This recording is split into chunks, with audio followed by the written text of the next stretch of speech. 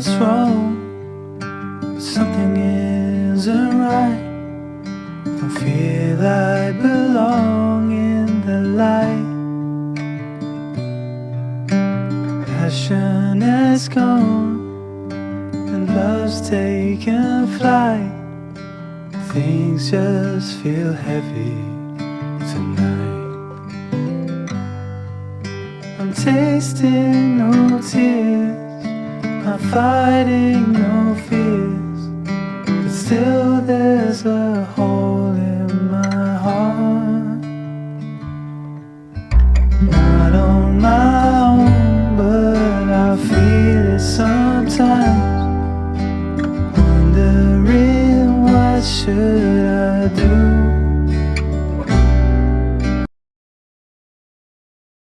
आज दाल मखनी करायची आहे लंचमध्ये आणि त्यासाठी मी हे ओव्हरनाईटसाठी सोक करायला ठेवलेले आहे. जे काळे अख्खे उडीद असतात ते. त्याच्यानंतर याच्यामध्ये थोडासा राजमा घातलेला आहे, 1 टेबलस्पून असा असेल, आणि चना डाळ. तर हे छान पद्धतीने आता सोक झालेले आहेत. ओव्हरनाईट हे सोक केल्यामुळे याचा बॉइलिंग टाईम हा कमी होऊन जातो, म्हणजे लवकर हे शिजतात. तर कुकरला 4 ते 5 शिट्ट्या लावून तुम्हाला हे शिजवून घ्यायचं आहे.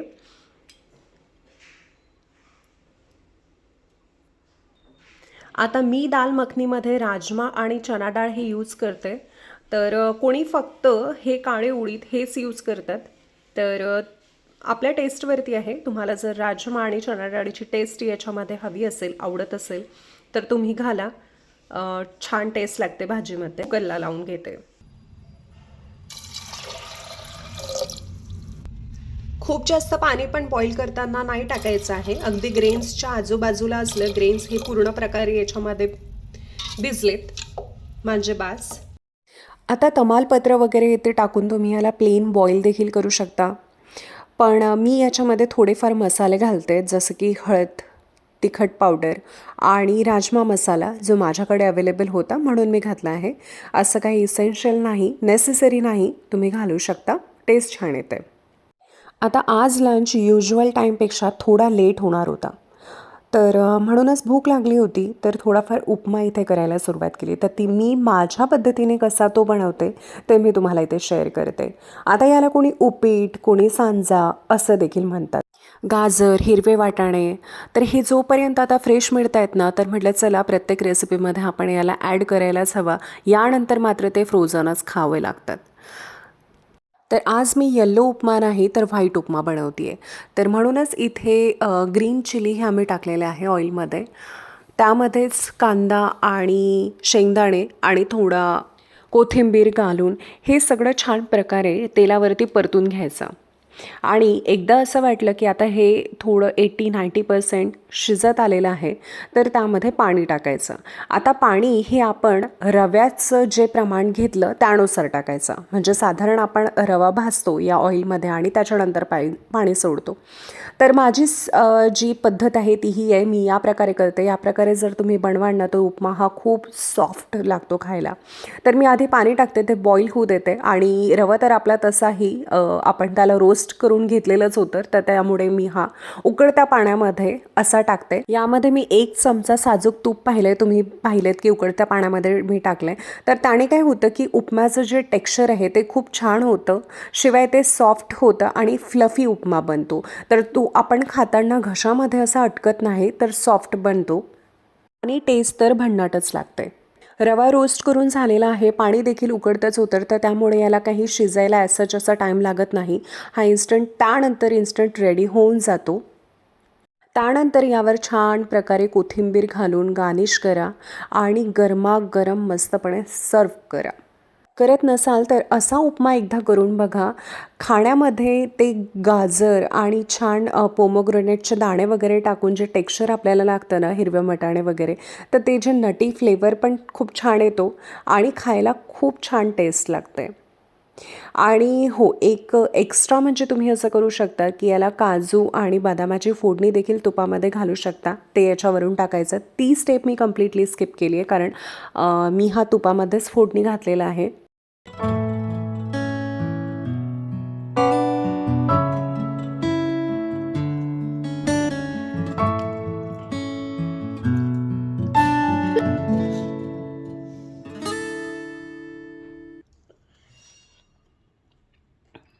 आज दाल मखनी बनवते आहे तर त्यासोबत हा असा स्टीम जिरा राईस मला खूप आवडतो. तर त्यामध्ये तुम्ही गरम मसाले जसं तेजपत्ता, दालचिनी, भेंडी इलायची जी जाडीवाली असते ती घालून हा छान उकडून घ्यायचा.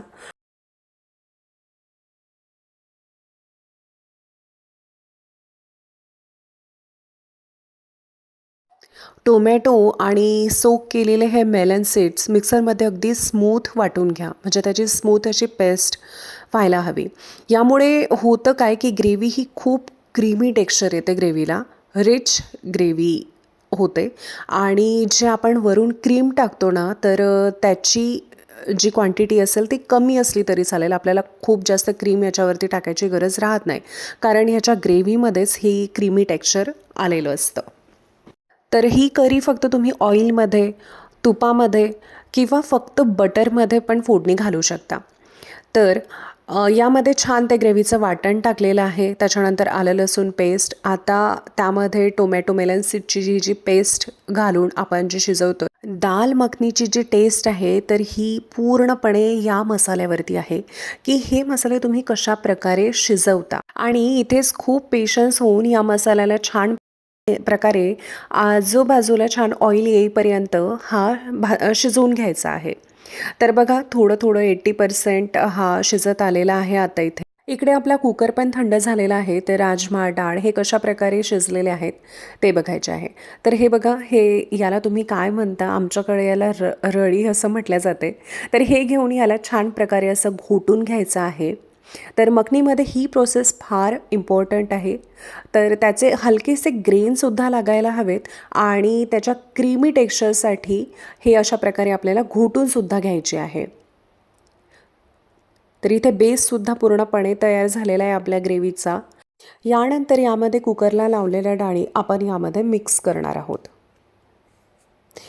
आणि यामध्ये जेव्हा आपण कन्सिस्टन्सीसाठी जेव्हा तुम्ही पाणी ॲड करता तर चुकूनही गार पाणीही यूज करू नका. यासाठी तुम्हाला बॉइलिंग वॉटर हेच यूज करायचं आहे. आता हे केल्याने बॉइलिंग वॉटरच यूज करायचं आहे, कारण की जी भाजीची टेस्ट आहे ती ॲज इट इज राहायला हवी. म्हणून जर तुम्ही थंड पाणी यूज करत असाल तर त्याची टेस्ट मात्र थोडी डाऊन होते, कारण भाजी ज्या टेम्परेचरला शिजत असते त्याच टेम्परेचरचं पाणी त्याच्यामध्ये ॲड केलेलं असावं.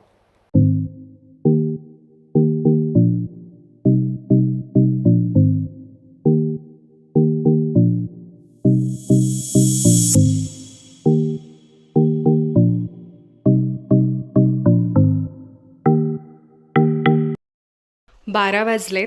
कुकिंग सगळं झालेलं आहे. मिष्टूची येण्याचा वेट करते. आता येण्यातच असेल ते, एक 10-15 मिनटात तिचा फोन येतो आहे. तर मी ना तुम्हाला भाजी दाखवते, दाल मखनी. तर ही बघा, दिसते ना अगदी रेस्टॉरंट स्टाईल दाल मखनी. तर अशा पद्धतीने जर तुम्ही घरी बनवत असाल तर रेस्टॉरंटमध्ये जाण्याची काहीच गरज नाही. आणि छान अशी दाल मखनी घरच्या घरी, घरच्या साहित्यामध्ये तुम्ही बनवू शकता. आणि असंच या भाजीला असं काही लागत पण नाही वाटण वगैरे. 3 ते 4 टोमॅटोची ग्रेव्हीच याला लागते आणि फ्रेश क्रीम, दॅट्स इट.